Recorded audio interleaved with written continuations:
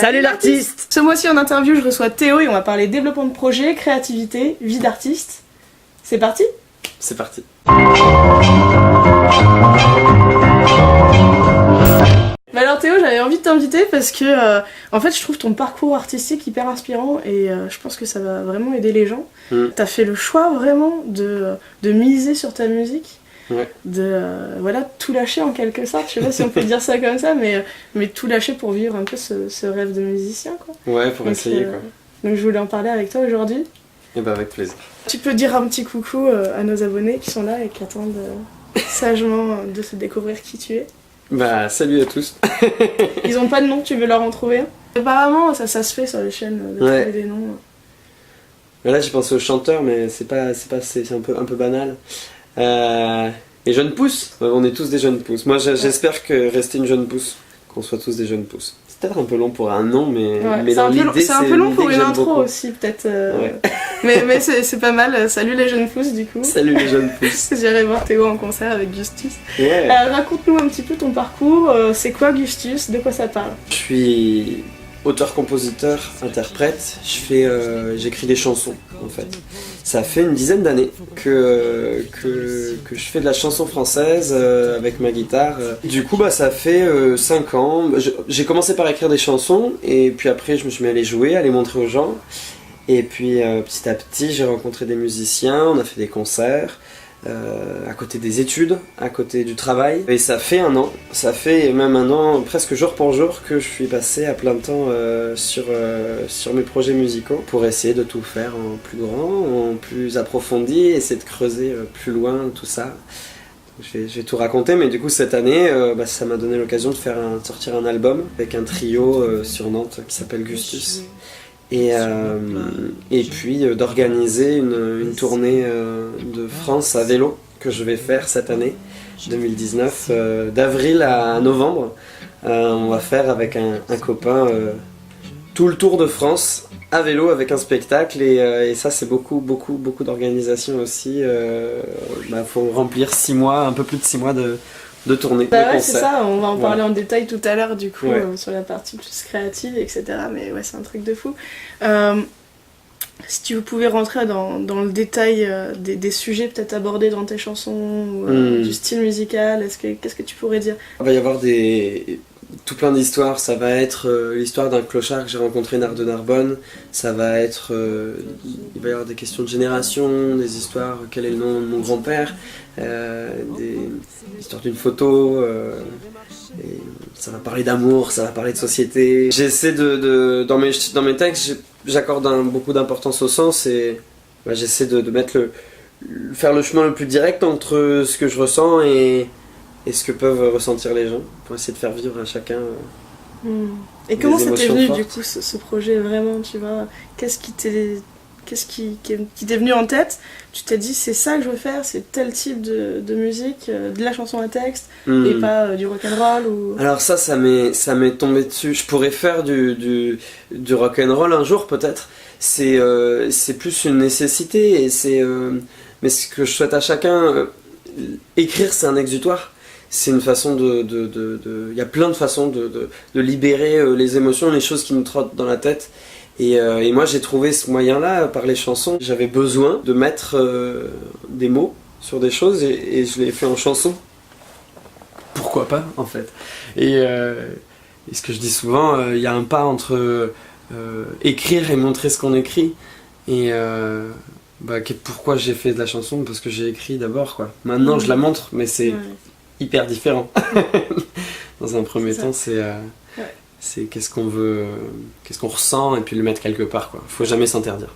Ça me permet de rebondir en fait sur la vidéo que j'ai fait justement sur le fait de raconter une histoire en musique où j'expliquais que ça doit partir aussi de soi, quoi. C'est ce qu'on ressent soi, qu'est-ce qu'on a envie de faire, qu'est-ce qui nous ressemble avant même de chercher à faire pour les gens en fait. Et c'est important et là t'en as un bon exemple en fait.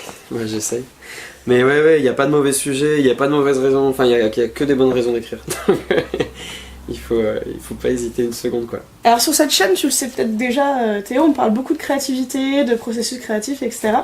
Et du coup, j'avais quelques questions à ce sujet. J'ai pris quelques questions aussi des abonnés. Donc voilà, ma première question c'est, D'où te vient ton inspiration? Comment tu composes? Alors du coup, il y a de tous les jours. De tous les jours, c'est d'où vient l'inspiration, c'est une question d'écoute. Il n'y a pas de mauvais sujets. Tous les sujets sont des bons sujets. Donc si on veut écrire, si on se dit bon tiens, j'ai envie d'essayer d'écrire des chansons, il faut faire, et vraiment sans jugement quoi. Sans jugement vers soi-même. Après vient le jugement. Quand on décide de montrer par exemple, vaut mieux juger un peu soi-même, mais quand on écrit, au moment où on écrit, zéro jugement. Donc d'où vient l'inspiration? Peut-être du fait de se dire qu'on a le droit quoi. Ouais. On a le droit de dire que ce qu'on ressent là, ça mérite d'être dit. À l'instant où on l'écrit, faut pas douter quoi. Ouais, c'est ça, c'est toujours un peu en 3 phases, c'est-à-dire la première phase, et bah, tu t'autorises à tout faire, et vraiment sans jugement quoi. Tu te dis pas, mais si je fais ça, ça va pas aller avec mon projet, ou ça va être nul, machin. Tu fais tout ce qui te passe par la tête. Et en deuxième lieu, bah, tu réécoutes, tu vois, t'analyses, bon ok, ça c'était trop cool, bon c'était mal fait, mais je garde parce que l'idée est sympa, tu vois. C'est ça. Et en dernier lieu, effectivement, bah, là tu te dis, bon bah ça va dans la veine de mon projet, ça non, mais en effet, effectivement, au début, tu t'autorises tout, quoi. Mais alors du coup, comment ça se passe par exemple le matin, si t'as envie de t'y mettre, donc du coup j'imagine t'écris un peu tous les jours, ou en tout cas C'est par période, par période quand même. Il y a vraiment des moments où j'écris pas, mais ça va être... j'ai quand même une règle d'or que je me suis mis. Il n'y a pas 2 personnes qui vont faire de la même manière, mais je vais vous parler de la façon avec laquelle moi je le fais. Et c'est quand j'ai envie d'écrire, rien d'autre n'est important. Je peux être au travail, quand j'étais au travail, ça m'est arrivé d'écrire. Je peux être fatigué, avoir envie de dormir, et en fait, bah non, c'est pas grave. Parce que si jamais de ces 20 minutes où tu vas passer un temps à écrire, il sort un refrain super, et ben c'est toute ta vie que tu auras un refrain super, et donc je me suis dit bon, ça vaut le coup quoi. Je m'arrête dans la rue, je trouve un papier, je sors de la douche, c'est vraiment voilà, c'est la priorité quoi. Et voilà. Et voilà. Notez toutes vos idées du coup, parce que c'est ça aussi. Ouais, c'est ça. Et alors, ouais, ce que je voulais dire aussi, c'est je pense qu'il faut cultiver son empathie pour écrire. Parce que c'est une sorte de vigilance de tous les jours, de cette personne m'a touché pour telle raison, parce que j'ai trouvé ce geste, et ça peut être de plein de manières, hein. Ça peut être une personne généreuse, mais ça peut être une personne qui est vite colérique pour telle raison, et simplement d'être observateur, d'essayer de comprendre, donner du sens aux gens qui nous entourent. Ben, c'est là, on a tous les sujets du monde pour l'éternité quoi. Ouais, c'est ça. Trouver du beau, de la matière dans chaque personnalité quoi. Ah ouais. Effectivement, ça demande d'être connecté aux autres, à soi aussi, et être un peu dans l'instant. C'est ça, d'observer. Hier, j'étais avec un ami qui me disait j'adore les rapports humains, même quand ils sont en colère quoi. Et on avait face à nous des automobilistes qui faisaient un constat, et puis il y avait le klaxon et tout. Et c'est vrai que c'est un tableau en fait, hein. Ça pourrait être toutes les chansons du monde. Ouais. Non mais si, c'est carrément cool. Et alors mon autre question c'était, moi j'ai pas mal parlé de rituels et de routines matinales, parce que moi j'ai quelques petites routines qui moi m'aident un peu à démarrer ma journée, et à être plus créative, à chasser un peu mes pensées négatives, ce genre de choses. Est-ce que tu as des petites choses comme ça qui t'aident à démarrer un peu ta journée? Alors je vais pas créer trop le matin. Ouais. En fait c'est hyper hasardeux. Finalement le moment où je vais le plus créer, c'est vraiment le soir. C'est vraiment le soir. Une fois que j'éteins tout et que hop, en fait souvent je m'endors pas tout de suite, et je me balade, et puis dans ma tête, et du coup c'est là où je vais écrire le plus par réflexe. Mais j'ai pas trop par contre ça va être plus pour jouer de la guitare. En fait ça dépend, depuis que je suis à plein temps sur la musique, je peux me permettre le matin de prendre 1 heure de plus si je décide que c'est important. Je prends ma guitare et je joue quoi. Je joue, je me suis même pas levé, que je joue, ça détend, ça me réveille, et des fois c'est vrai que ça fait avancer certaines chansons. Par exemple aujourd'hui, je pense que j'ai au moins une dizaine de chansons, si ce n'est plus, qui sont pas finies, qui mettent du temps des fois à être finies. ou que j'estime qu'il faut encore travailler dessus. Et faut que ça mûrisse un peu. Et voilà, du coup je les repêche un coup, je la ressors, tiens, qu'est-ce que tu dis toi aujourd'hui? Et puis des fois je rajoute une phrase. Et puis le lendemain, je suis pas du tout d'accord avec le mois d'hier, je me dis bon non, c'était pas génial. Mais des fois ça reste et donc ça fait avancer un peu les chansons. Quoi. La suite c'était... Ah, voilà. Donc en fait, j'ai une abonnée, une abonnée, je crois que c'est une abonnée qui s'appelle Link, si je dis pas de bêtises. Et alors, cette abonnée me demandait comment on fait pour réaliser des collaborations artistiques en fait. Elle me posait 2 trucs, c'était comment ça lie un artiste avec un graphiste par exemple, faire un artwork d'album. Ou comment on réunit des gens pour pouvoir créer un clip musical. Et du coup je trouvais ces questions intéressantes et je me suis dit comme t'es à fond dedans et t'es tout le temps en train de faire plein de partenariats et tout, c'était cool d'en parler avec toi quoi. Carrément. C'est vrai, en plus c'est quelque chose je pense que j'aime bien faire. Un exemple de collaboration que j'ai fait, c'est avec Thomas Agnelet qui est un peintre qui expose sur Nantes. Je vais oublier le nom mais du coup je vais vous le redire. Qui expose sur Nantes à la galerie Alban. Allez voir son travail parce que c'est vraiment trop bien. Et du coup c'est quelqu'un que j'ai rencontré. C'est assez naturel en fait pour créer pour travailler avec d'autres personnes. C'est un album, il y a une image. Un projet musical, dans tous les cas il y a une image parce qu'on a les réseaux sociaux, on a la carte de visite, on a l'album. C'est l'occasion de se plonger dans un univers et là j'ai travaillé avec Thomas. En fait c'est assez naturel quoi. C'est-à-dire que je sais que j'ai envie d'un visuel, donc je cherche. J'avais envie de faire quelque chose de dessiné ou de peint. J'en avais repéré 2 sur Nantes, des personnes qui m'intéressaient. Et puis j'ai rencontré Thomas, ça a matché, on était hyper contents. Ça lui plaisait, j'ai vu que ça lui plaisait. On s'est mis d'accord sur un prix, je l'ai payé pour ce travail. Un des trucs qui fait que ça marche, j'ai l'impression, que ce soit pour le visuel, que ce soit pour des clips, c'est de toujours chercher à ce que la personne ait un intérêt à le faire, mais même dans la proposition artistique. C'est-à-dire que c'est pas très drôle, j'imagine quelqu'un qui vient me voir, qui me dit écris ce truc comme ça. Ou alors du coup fais cette pochette là, je veux exactement ça, et qui met beaucoup de contraintes et qui laisse finalement peu de part à la touche de l'artiste. Et l'artiste qui est en face quoi, qui fait le visuel, qui fait les clips, et c'est un peu dommage. Toujours j'ai laissé la plus grande marge de manœuvre possible aux personnes avec qui j'ai travaillé et quitte à leur donner vraiment les moyens. Et puis là je parle de moyens justement, je me suis lancé cette année donc j'ai pas non plus beaucoup de moyens et comme la plupart d'entre vous qui se posent la question comment faire un clip, j'ai pas envie de mettre beaucoup d'argent, je peux pas mettre beaucoup d'argent, il y a plein de façons de faire. Déjà il faut en parler franchement de l'argent. C'est un des premiers sujets quand tu rencontres la personne, c'est j'ai tant ou voire j'ai rien avec certains. Et puis de dire par contre je vous invite vraiment à mettre les moyens techniques parce que des fois ça tient pas grand chose. Si c'est 40 € pour louer une bonne lumière, si c'est et puis sur place le jour du tournage, qu'il y ait à manger mais plus que convenablement pour tout le monde, quoi, que les gens soient contents. C'est ça, que toi t'investisses en fait dans des caméras, dans des trucs. C'est ça. Et du coup là ça crée une bonne ambiance de travail, tout le monde est content de venir. Déjà ça va être le plus agréable pour tout le monde. La chanson Susueu que j'ai enregistrée sur l'album, tu nous as aidé d'ailleurs à coacher. Il y a des choristes qui sont venus, c'était des choristes amateurs. Et j'avais pas d'argent pour les payer, mais je suis super content de cette expérience parce que j'ai ressenti qu'ils étaient contents de le faire. C'était la première fois qu'ils venaient en studio, ils ont passé une super journée et moi ils m'ont beaucoup donné parce que avec leur joie de vivre, avec leur travail et puis voilà, on a fait un super morceau que vous pouvez écouter sur internet. Il y a un petit clip justement, on les voit chanter en studio et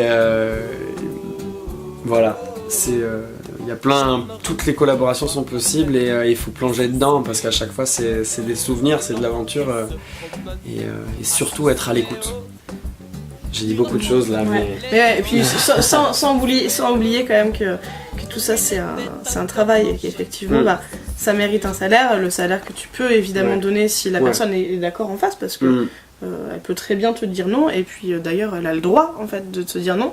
Mais voilà, tu peux toujours trouver un moyen effectivement, peut-être d'investir, je sais que tu avais fait ça, investir dans une caméra, dans un travelling, dans un truc. Ça ce sera à toi après. On a tourné 5 clips et du coup c'était plus d'une dizaine de journées de tournage. À un moment on a acheté, ça s'appelle un Ronin, c'est un stabilisateur, ça permet de faire une image super fluide de ce qu'on filme et ça coûte 1 200 €, on en a trouvé à 800 € sur le Bon Coin et en fait j'ai dit à Simon qui est le réalisateur des 5 clips, Simon Orlandi. On mettra les liens. Hein. Ouais, je lui ai proposé de lui payer 400 € et lui ça lui permettait d'obtenir un Ronin pour lui, pour la vie, pour 400 € et en fait lui il a trouvé ça intéressant donc on a fait ça. Et moi c'était moins cher que si je devais louer tous les jours, ça aurait coûté plus de 600 €. Donc c'était un confort, on savait qu'on avait un Ronin et puis voilà, tout le monde était content. C'est ça. C'était vraiment petit secret de tournage, faites des maquis. Les maquis ça ramène du monde. Non mais c'est vrai, j'ai fait moi j'adore ça et puis c'est quand même pas si compliqué que ça à faire et pas hors de prix et ça a fait quand même un super plat et tout le monde est content et puis c'est pratique, c'est froid, tu peux le déplacer. On a mangé des maquis en un sommet de montagne pour un tournage de clip, on était très contents. On avait la classe. Si t'as besoin de figurants, l'appel des maquis c'est quand même pas mal en vrai. Moi si on me dit non parce que je mange pas de poisson mais des maquis sans poisson. C'est ça, c'est sans poisson. Je suis végétarien donc tu vois c'était tomate mais effectivement séchée. tu dis attends tu veux venir figurant dans mon truc? Je sais pas, j'ai des maquis. C'est ça. Là il y a du monde. Normalement. Voilà, ok, voilà pour les collaborations. J'espère qu'on aura pu répondre un peu à ta question là, que tu nous diras. La dernière partie qui m'intéresse, qui intéresse certainement plein de gens, c'est le côté devenir artiste pro.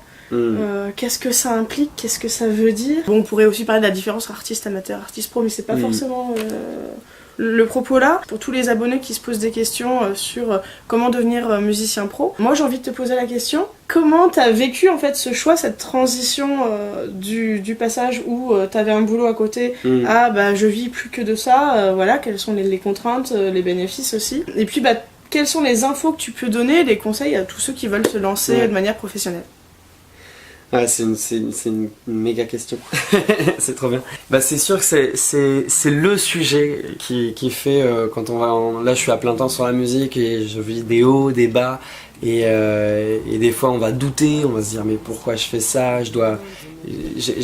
c'est le moment où j'ai décidé de vivre complètement de ça, donc j'ai un intérêt financier et une contrainte financière en fait. Il y a des jours c'est pas facile, mais il y a des jours c'est où on se rappelle pourquoi on fait ça, parce que le moment où on est ça donne. Du coup là j'ai envie de parler des deux côtés. Il y a les meilleurs moments, ce que ça donne, ça offre la possibilité de saisir toutes les occasions, c'est-à-dire qu'on a un emploi du temps qui est beaucoup plus souple et donc on peut dire oui à quelqu'un qui nous propose est-ce que tu peux jouer à tel endroit, viens on va faire tel travail sur un morceau, on peut finir tard s'il y a besoin, des fois on rencontre des personnes en ville le soir, c'est pas des blagues quoi. On va vraiment avoir rencontrer un tourneur, rencontrer des choses comme ça, des personnes. Et donc il y a vraiment ça, c'est l'avantage, ça du coup ça permet, ça fait avancer ces projets-là. Moi jamais j'ai eu l'occasion de donner autant de profondeur et de beauté à mes morceaux que depuis que je suis à plein de temps dessus. Et donc les jours où j'ai peur, les jours où je me dis oh là là il faut que je gagne ma vie, je relativise et je me dis ouais mais en fait ça vaut le coup. J'avais des économies, j'ai décidé de les mettre pour la musique. Là j'ai encore des ressources, donc tout ce temps là que je passe à faire à plein temps sur ma musique, et ben c'est gagné quoi. C'est du temps de gagner. Et le jour où j'arrive et que j'ai plus d'économie, et ben c'est pas grave, des solutions on en a toujours. J'ai par exemple personnellement j'ai dit il y a ce montant là sur mon compte en banque, 4000 € que j'ai de côté, si j'ai plus rien, mais genre plus rien du tout, et ben ça c'est mon matelas, pendant 2 mois je fais rien, et s'il faut que je trouve un taf et qu'il faut que j'ai une voiture, j'ai moyen de me débrouiller. En fait j'ai moyen de retomber sur mes pattes avec ça. Alors tout le monde n'a pas 4000 €, j'ai eu j'ai eu la chance de pouvoir mettre de côté avec mon travail avant. Mais c'est ma réponse à moi, il y en a plein en fait. Ouais, ça peut être finalement retourner chez ses parents, bah, ça fait qu'on peut se débrouiller avec moins de 4000 € par exemple. Mais c'est ça en fait, préparer en quelque sorte la transition à bah, là je vais devenir musicien, je vais vivre de ça, ça met un petit moment à se mettre en place et à pouvoir avoir des cachets décents et d'avoir des cachets tout court. C'est ça. Et effectivement, bah, pas sauter la tête la première, le préparer un petit peu, mettre de côté pour effectivement faire avec les aléas un peu de la vie, et puis bah ouais, il y a des mois où il n'y aura pas de concert, il y en aura plein et ce sera trop cool. C'est ça. Puis, donc ouais, préparez-le quand même en fait. Ça peut être quoi le pire, et parce que finalement on va souvent se rendre compte que le pire il est pas si pire. Et c'est ça la solution, parce que sinon voilà, on passe par 1000 émotions le soir où en fait t'es pas payé comme prévu parce qu'on s'est mal compris, et ben tout s'effondre, t'es fatigué, tu viens de jouer et ou le soir où on te refuse un concert ou des choses comme ça alors que t'y tenais, où tu te rends compte où voilà t'as tenté d'un tremplin puis t'es pas pris. Tout ça c'est des choses qui arrivent, et c'est voilà, c'est les hauts et les bas, et ben ces moments-là ils sont super durs. Après en fait le lendemain on fait un concert qui est super, on a des super retours, alors on est trop content. Et puis on va finir un texte, on est content, la nouvelle chanson, enfin c'est toujours c'est les hauts et les bas, et en même temps ça fait vivre. C'est la vie à fond. En fait c'est des périodes aussi. Moi j'ai envie de me dire, c'est pas là je me lance dans la musique pour un temps, peut-être toute ma vie, mais en fait aujourd'hui j'en sais rien, donc c'est aussi ça qu'il faut se dire, c'est autorisé quoi. Ah bah ouais, autorisez-vous. Vous partez en vacances depuis chez vous quoi. En vacances dans le sens, non c'est pas en vacances, en voyage. On part en voyage. Parce que ça laisse le temps on expérimente des choses, des chemins par lesquels je suis pas passé avant, et que du coup j'apprends trop de métiers d'un coup. C'est clair. Il me reste 2 petites questions là pour terminer. Une dont j'ai déjà un peu parlé sur la chaîne, quoique à l'heure à laquelle vous verrez, enfin le jour où vous verrez cette vidéo, peut-être pas encore tout à fait. Je tente pas mes vidéos dans... Maintenant, tu vois, tu connais le truc. C'est la question de la légitimité. Ouais. À partir de quand tu t'es senti légitime en tant que musicien pro, même musicien tout court, hein. Ouais, par quoi t'es passé? Quelles ont été les démarches, les hauts, les bas? Alors il y a un premier truc qui est un peu mystérieux, qui est pas simple en tout cas. En fait quand même assez vite quand j'ai écrit des chansons, j'ai eu des retours positifs, et ça m'a encouragé à continuer. C'est pas le cas de toutes les personnes que j'ai rencontrées qui ont essayé d'écrire. C'est dur ce truc là, hein, je pense quand même l'écart qu'il peut y avoir entre les attentes qu'on pourrait avoir d'une reconnaissance de par les proches, de par les personnes qu'on rencontre, ou de par encore plus tout le monde. Mais on peut avoir des attentes, et c'est pas forcément simple. Il faut travailler, le texte c'est un muscle, on peut voilà. À force d'huile de coude, on arrive à apprendre à écrire des choses mieux dans tous les domaines. Et alors la légitimité, c'est de l'observation. Je sais pas trop dire. J'ai envie de souhaiter. Je souhaite à tout le monde d'être légitime. Maintenant, c'est vrai que si on joue des choses qui ne touchent pas les gens à qui on s'adresse, et ben ça marche pas. Mais c'est une question du coup de naturel, de chercher à creuser dans son côté l'authenticité. Globalement, le réel, ça va toujours toucher. Et plus on est sincère avec soi-même, plus on va toucher les gens. Et on n'a pas besoin de grand chose. Culturellement, c'est accepté de montrer les choses et de les recevoir. La scène, c'est quelque chose d'hyper culturel. On a 30 personnes qui écoutent, une personne qui parle et qui montre et qui raconte. Donc en fait, tout le monde a envie qu'il se passe. Quand il y a un concert, tout le monde a envie de le voir, peu importe presque ce qui va se passer. À partir du moment où tu es authentique, effectivement, la légitimité va se poser si tu fais quelque chose qui vient pas de toi et avec laquelle t'es pas sincère en fait. Mais effectivement, à partir du moment où tu fais quelque chose qui t'est propre, qui vient vraiment du cœur, ça donnera de l'émotion aux autres parce que tu seras tu donneras de toi, quoi, tu vois, tu seras dans ce partage-là. Et c'est pas une question de niveau, en fait, tu vois. Les gens, ils reviennent souvent là-dessus, tu vois, c'est que ils se disent, ouais, mais attends, moi, je suis pas un tel, alors je peux pas demander de l'argent, ou je peux pas me produire sur scène, tu vois. Alors que, en vrai, ce qui importe, c'est les gens, ce qu'ils vont recevoir, en fait, tu vois. Il y a aussi cette question du niveau. C'est ça la bonne réponse. C'est vraiment la sincérité. Et les gens se rendent pas compte. Il y a plein de soirées, des scènes ouvertes où on va avoir des gens amateurs qui vont être hyper timides, qui vont avoir peur de montrer.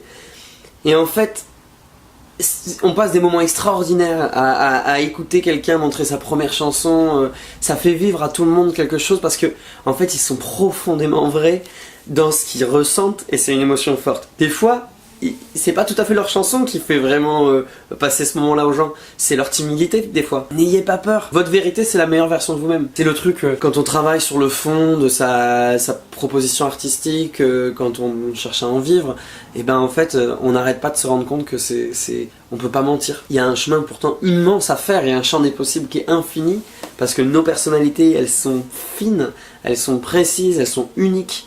Et elles évoluent aussi. Et elles évoluent. Et c'est ça, et en fait, on est légitime dès qu'on cherche à être vrai. Vous n'êtes pas obligé de montrer. Soyez sincère avec vous-même déjà, pour vous. C'est le premier truc, ça va vous apporter tellement de choses. Et puis derrière, en fait, vous vous rendrez vite compte que vous pourrez le montrer à tout le monde. Quelque chose qui est sincère. Tout le monde est là, les bras ouverts. Donne-moi du sincère, ça m'a fait du bien. C'est vrai. Dernière question du coup, question plus pratique, organisationnelle. Comment se passe l'emploi du temps d'un musicien à temps plein?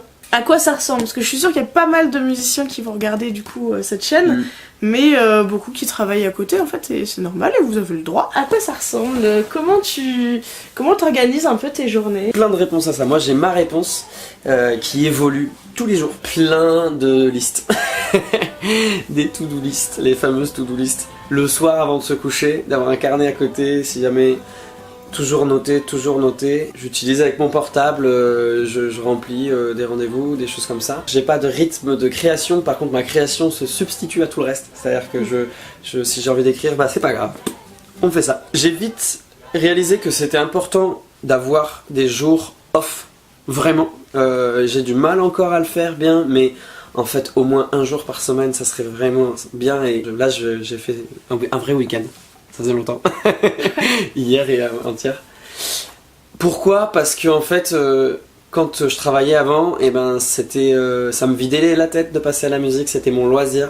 Et là, c'est tous les jours. Mon loisir, c'est devenu mon activité principale et presque mon unique activité, même si elle a plein de facettes. Ça va être des réseaux sociaux, des mails, des coups de fil, de la pratique instrumentale, des concerts. Il y a plein de choses différentes, mais ça reste toujours des choses en tête, toujours penser un peu à tous ces sujets-là, et en fait, on s'épuise, on est moins productif. Il faut faire des pauses, il faut aller voir, faut faire une fausse baladée, etc. Et alors, j'ai réalisé quelque chose, et ça, c'est pour toutes les personnes qui sont encore en train de travailler à côté de leur musique et qui peut-être des fois culpabilisent. Et ben, en fait, c'est pas mal aussi d'avoir une autre activité. J'ai réalisé ça parce qu'il y a des sujets qui vont pas plus vite quand on est à plein temps dessus.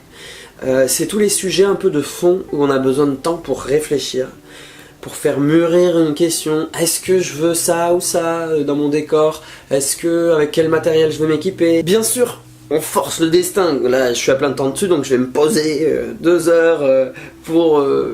Mais en fait, ça prend du temps, et je me suis rendu compte qu'avant, ben, même quand j'étais au travail, ben, t'as toujours une partie de ta tête qui avance sur les sujets. En fait, on a du temps aussi, quoi. C'est-à-dire qu'autant le travail, il prend la tête, la pensée le soir, autant son activité du soir, si elle est musicale, et elle va envahir un petit peu son temps de travail. Voilà, sur l'organisation, c'est ça, hein. C'est très malléable. C'est important de se mettre une rigueur quand même. On s'en rend vite compte. S'il y a une journée, tu t'organises mal, et puis tu te laisses avoir, il y a quelqu'un qui arrive, t'es en coloc, il y a un temps de discussion qui se crée. Ça demande de se dire, ok, mon bureau il est dans ma chambre, j'ai un temps, en fait c'est un temps où je travaille, alors que quand on avait un patron il disait c'est un temps où tu travailles. On est son propre patron, donc il faut un peu de rigueur, mais ça vient vite, hein. Ça vient vite parce que sinon tu tournes en rond. Enfin voilà, en fait si vous avez décidé de faire que de la musique ou que sur votre projet artistique, en fait vous allez vite vous rendre compte que vous avez un niveau d'exigence, d'espérance qui est là-haut, et que pour l'atteindre il faut faire plein de choses. Donc en fait très vite on a tous, je pense, on se pose tous les questions, voilà, comment on s'organise. C'est ça. Je ferai une vidéo justement un petit peu sur l'organisation et comment travailler quand on travaille de chez soi, en fait, parce que il y a ce côté solitaire en fait de l'écriture, de la composition, parfois même juste du démarchage de dates, voilà, parce que quand on commence on n'a pas forcément de tourneur, etc. Et il faut s'y mettre, quoi. Quand t'es chez toi et que t'as ton ordi, tu peux aller vite fait sur Netflix, t'y passes la journée, t'as perdu une journée, quoi. Donc voilà, j'aurai des petits tips là-dessus. Et en fait, là j'ai parlé du quotidien. Et en fait, hyper important, il faut à un moment et régulièrement, tous les 2 mois, tous les 3 mois, se reposer la question de jusqu'où je veux aller. Et jusqu'où je veux aller, et pour atteindre ça, j'ai besoin de quoi? Justement, on parlait des gens, bon, je veux faire un album, il faut quelqu'un pour le visuel, il faut trouver un studio, il faut s'entraîner, il faut choisir les morceaux. Bon, on choisit les morceaux avant de s'entraîner. Donc en fait, tout ça, c'est des choses qui vont évoluer ou en même temps ou les unes après les autres. Et c'est important, avant tout ça, de se poser la question et de réfléchir et de se laisser le temps pour chaque chose. Parce qu'on va mettre plus de temps que prévu et que voilà. Et si on a vraiment fait ce travail-là de le dire, et on peut le faire à l'écrit, on peut le faire sur des fichiers Excel, on peut le faire comme on veut, dans un carnet, mais pas le garder en tête parce que là ça va vous épuiser. Et voilà. L'idée c'est de pouvoir le visualiser, de faire une liste, de savoir là c'est ce temps pour ça, ok, mais je peux pas faire ça avant d'avoir fait ça. Et c'est ça. Ça c'est vraiment l'organisation sur le long terme. Et après on tire la ficelle, voilà, on avait noté, il y avait ça et ça à faire. Il faut créer une association pour avoir un label. Hop, je vais passer, c'est la période, je fais un peu de ça. Et puis le lendemain, il faut quand même que je trouve quelques concerts. Je passe un peu de temps à trouver des concerts. Et j'avais dit que je répétais. Le jour d'après, je répète. Et il faut pas que j'oublie aussi d'aller me balader, de me détendre la tête, sinon. Et voilà. Et voilà. Donc prendre un peu tout ça en compte. Voilà. Et on brasse. On réaménage. Si ça marche pas, ça veut dire qu'il faut qu'on trouve une autre façon de faire. Et on a tous les droits. Et du coup, on se repose. On dit ok, je vais faire différemment. J'ai pensé que j'avais mis trop de charge. Et c'est pas grave. Je vais prendre un peu de vacances. Je vais décaler. Je vais mettre à plus tard. Merci du coup Théo d'être venu un peu présenter ton travail, répondre à quelques questions des abonnés. Et voilà, est-ce que tu as un dernier truc à leur dire, un dernier petit conseil en une phrase, un mot? Je crois que l'idée la plus forte qu'on a dit, c'est soyez vous-même. C'est là vraiment, ça peut paraître banal, mais en même temps c'est pas facile. Et il y en a plein qui... C'est difficile d'assumer, d'oser, et pourtant c'est libérateur et ça fait du bien. Donc vraiment, cherchez à être le plus honnête avec vous-même, et au moins dans votre intimité, et c'est là que vous allez faire les plus belles créations, et vous allez prendre le plus de plaisir aussi, et ça va vous faire avancer en plus. Vous pouvez retrouver Gustus en concert sur Nantes et ailleurs, parce que c'est vrai que tu n'as pas beaucoup parlé, mais tu as quand même un projet Gustus et Mélo, voilà. Tu peux en parler 2 secondes quand même. C'est ça, donc Gustus et Mélo, on va faire le tour de France à vélo, et puis il y a le Facebook Gustus et Mélo, et sinon il y a ma page Gustus, la page Mélo, et on va donner des nouvelles à tous de toute cette tournée. On a aujourd'hui une 30aine de concerts de prévus, on en aura sûrement, j'espère, 80, et puis il n'y a plus qu'à. Il y a C'est plus ça, qu'à. c'est ça. Vous aurez toutes les infos en description, de toute façon.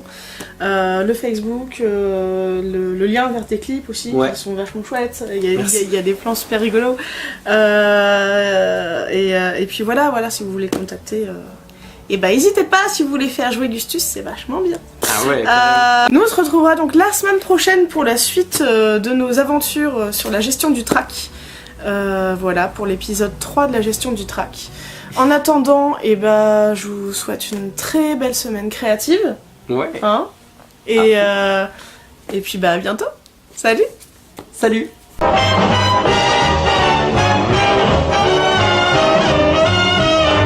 Une blague, qu'est-ce que j'ai comme blague?